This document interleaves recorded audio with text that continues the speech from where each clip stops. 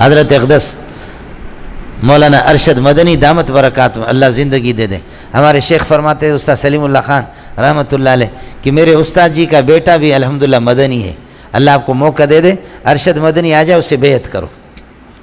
یہ کراچی کے پیروں کی طرح نہیں ہے مولوی صاحب، سمجھے، بہت مضبوط علم کے مالک ہیں۔ حضرت اقدس مولانا منظور نعمانی جو تفسیر پڑھاتے ہیں، حضرت کے ہاں ظاہر پیر میں ختم بخاری تھا، مولانا ناصر خاکوانی تاج، یہ اس میں امروٹ شریف والے، حالجی شریف والے، تمام بزرگوں کو سب کو بلایا تھا حضرت نے۔ یہ 2-3 مرتبہ میں گیا ہوں، 2 مرتبہ میں نے ختم بخاری کرا، ویسے تو گیا ہوں 3-4 مرتبہ حضرت کے پاس گیا ہوں، تو حضرت کے ظاہر پیر میں گیا، تو ویسے مولانا ارشد مدنی سے تو ہم لوگ ملے ہیں، لیکن حضرت کا علم میں نے سنا نہیں ہے، علم اس کا نہیں سنا، تو وہاں ختم بخاری مجھے کرانا تھا۔ یہ سارے پیر ناصر خاکوانی وغیرہ سارے بڑے بڑے آئے ہوئے تھے، تو حضرت اقدس نے میرے نالائق کے میرے ذمہ لگایا، مولانا منظور نعمانی بڑے لوگ ہیں، ہم لوگ تو ان کے شاگردوں کے برابر بھی نہیں ہیں، تو حضرت نے فرمایا ختم بخاری آپ کو کرنا ہے۔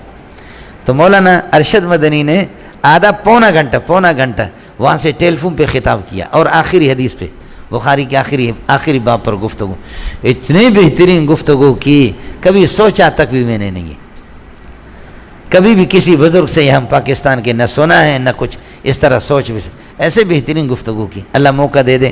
مولانا ارشد مدنی بڑے آدمی ہیں۔ جب مولانا نصیر الدین، مولانا نصیر احمد رحمۃ اللہ علیہ دیوبند کے شیخ الحدیث تھے، حضرت کا جب انتقال ہو گیا تو اس کے بعد ہندوستان کے علماء آئے، مولانا نصیر احمد رحمۃ اللہ علیہ نے انہوں نے وصیت نامہ لکھا کہ میرے بعد شیخ الحدیث ارشد مدنی ہے، اور واقعتاً ارشد مدنی میں بڑی صلاحیتیں ہیں، بہت صلاحیتیں۔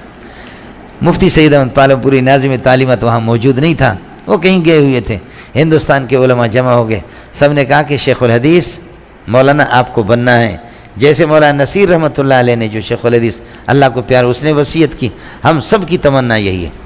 تو مولانا ارشد مدنی فرمانے لگے کہ آپ کا مجھ پر اعتماد ہے؟ کہا حسین احمد مدنی کا بیٹا ہوں، ہاں شیخ العرب والعجم کا بیٹا ہوں، کہا کہ کچھ کہوں تو جھوٹ تو نہیں سمجھو گے اس کو؟ کہا نہیں۔ کہا اس کو مانو گے؟ کہا ہاں۔ تو کہا کہ ایک امانت ہے اور اللہ کی طرف سے حکم ہے، ان اللہ یامرکم ان تؤدوا الامانات الی اہلہا، امانت جس کا حق ہے اس کو دے دو، سمجھے؟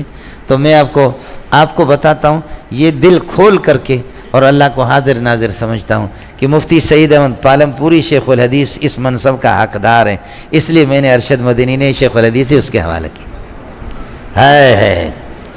اب بھی یہ لوگ ہیں مولانا، بڑی سادگی ہے ہندوستان کے علماء میں، لیکن مادامو فی الہند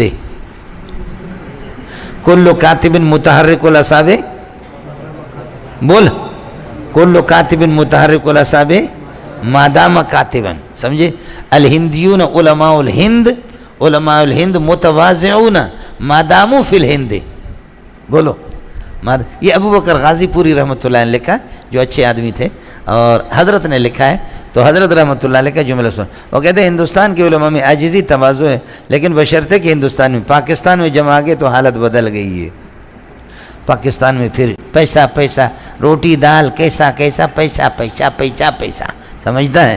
یہاں حالتیں بدل جاتی ہیں مولوی صاحب، سمجھے؟ بہت بڑے آدمی ہیں مولوی صاحب۔